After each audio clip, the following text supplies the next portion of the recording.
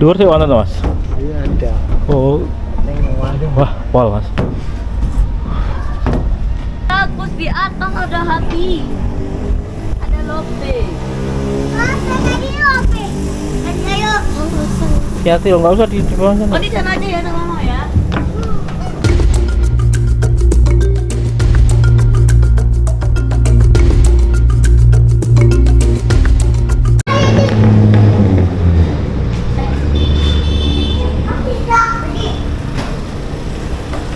Ini ceritanya laptop. Kita main laptop.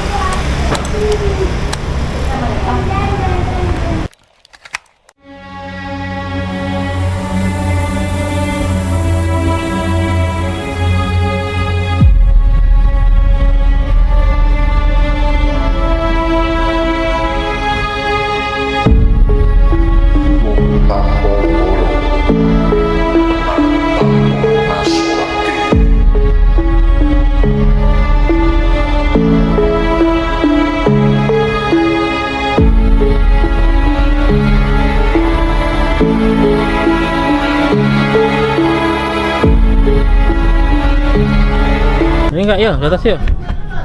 Di anak-anak di bawah aja. Iya bagus, di atas ada hati.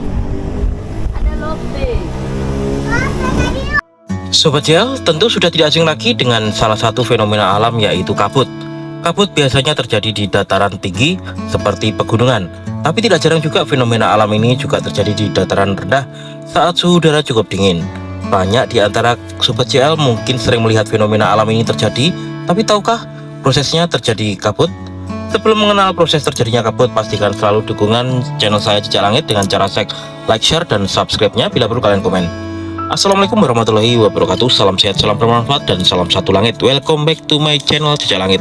Baiklah Sobat Lover, kali ini nanti kalian akan saya ajak. Saat ini tepatnya di tanggal 14 Juli tahun 2023. Saat ini posisi perjalanan saya dengan keluarga menuju ke Solo melalui lewat rute Tawangmangu Cemoro Sewu. Yang seperti kalian ketahui bahwa di sini itu merupakan kaki gunung Lawu ya. Jadi memang daerah perbatasan Jawa Timur dan Jawa Tengah.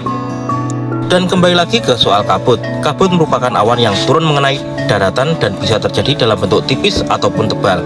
Saat kabut tebal yang muncul maka bisa membahayakan karena mengganggu pandangan dari melihat berbagai benda. Saat saya berjalan ke Solo ini pastinya jarak pandang itu cuma 5 meter ya Sobat Lover ya.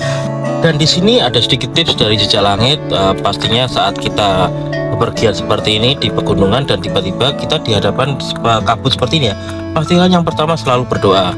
Terus yang kedua adalah kita harus fokus kepada pandangan, dan pasti yang ketiga kita harus menyalakan lampu sen atau lampu hazard ya, karena memang saat kabut seperti ini, turun kabut seperti ini, jarak pandang tuh 5-10 meter tuh sangat membahayakan sekali bagi pengguna jalan di depan kita ataupun di belakang.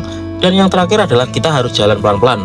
Kita tidak perlu berhenti ya, kalau berhenti malah justru membahayakan pengemudi di belakangnya ya Sobat Lover ya. Dan mungkin sebatas merefresh ingatan kita dan pengetahuan bagi kalian yang mungkin belum tahu seputar proses terbentuknya kabut ya. Jadi faktor utama pembentukan kabut adalah kelembapan yang tinggi dan suhu yang membuat kabut muncul dan hilang secara tiba-tiba. Uap memiliki wujud transparan, dan saat udara semakin hangat maka semakin banyak molekul air yang berdesakan sebagai uap.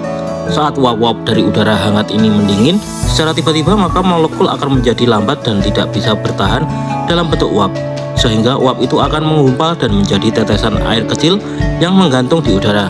Namun berbeda dengan uap, tetesan kecil air ini tidak lagi transparan tapi menjadi tampak buram akibat adanya pantulan cahaya.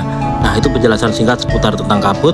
Dan saat ini posisi saya sedang mau istirahat ya, karena memang saya melanjutkan perjalanan setelah kabutnya itu hilang ya Sobat Lover ya. Jadi bila kalian setidaknya capek pastinya Ya, ini beristirahat dulu. kita Dan saya saat ini posisi di 0 km Cemoro Kandang ya. Jadi ini kondisi terkini di Cemoro Sewu, dan kita pastinya di depan titik 0 km Cemoro Kandang. Di depan situ terdapat warung yang namanya warung Mbak Wiwi ya. Di sini harganya lumayan oke, murah, terjangkau, dan pastinya Bagi kalian yang ingin berwisata di Tawangmangu atau Telaga Sarangan, dan jangan lupa sempatkan mampir beristirahat di warung Mbak Wiwi ini ya, karena memang di sini satu-satunya warung yang pernah saya kunjungi, dan di sini harganya itu ditampilkan ya. Nah, jadi bagi kalian yang mungkin ragu-ragu ingin membeli, karena di sini tuh terdapat banyak warung sekali dan saling berdekatan ya sobat JL Lover ya. Jadi saya pastinya merekomendasikan untuk di warung Mbak Wiwi bila kalian ke arah Tawangmangu ataupun ke Cemoro Sewu. Jadi di sini saya lebih menekankan agar kita lebih safety dalam berkendaraan lalu lintas ya. Jadi saat kita capek, ngantuk, atau mungkin kehilangan konsentrasi, sebaiknya kalian istirahat sejenak di warung yang bisa kita kunjungi, dan salah satunya kita saat ini di warung Mbak Wiwi, tepatnya di depan 0 km Cemoro Kandang ya. Buat JL Lover ya, di sini bisa kalian lihat keluarga. Saya di sini bersama dengan keluarga, anak dan ponakan saya, dan kebetulan di sini cukup interest sekali meskipun kabutnya tebal, tapi cuacanya tuh dingin ya sobat JL Lover ya. Saya kesini itu hari Jumat tepatnya, dan saya habis pulang dari ibadah sholat Jumat, saya ya sekitar jam setengah 1, setengah 2 ya.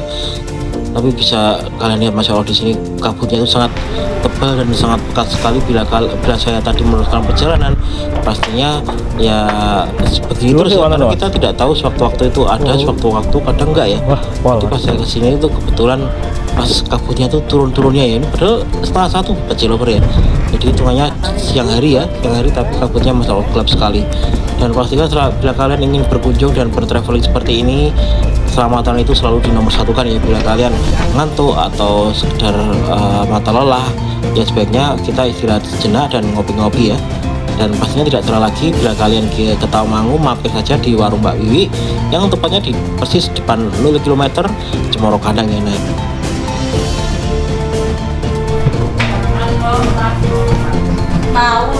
Foto situ Dang, foto situ tak foto ya. Ini para bocil-bocil sedang healing. Kamu healing ya? Bocil. Gimana kayak ini komentarmu seputar Sarangan Tawangmangu? Kamu nanya. Ya mungkin seperti itu ya review singkat mengenai saya perjalanan ke Tawangmangu arah Karanganyar ya. Dan sedikit tips bila kalian ke puncak dan tiba-tiba dihadapkan sebuah fenomena alam kabut seperti ini ya. Dan mungkin sekian review singkat saya dari Jejak Langit dari Tawangmangu, Karanganyar, Kabupaten Karanganyar, Provinsi Jawa Tengah, Indonesia. Bila ada kurangnya dalam penyampaian, saya mohon maaf. Terima kasih dan wassalamualaikum warahmatullahi wabarakatuh. Ternyata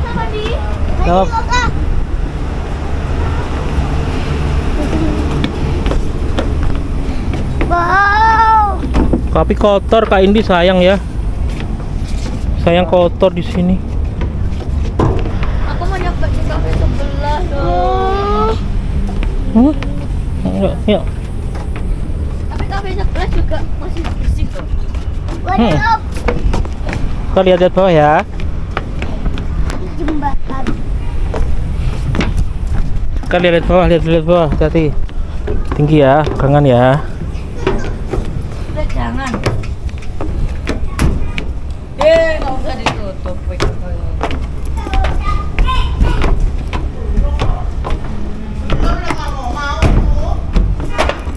Memang boleh toh Kak Indi ke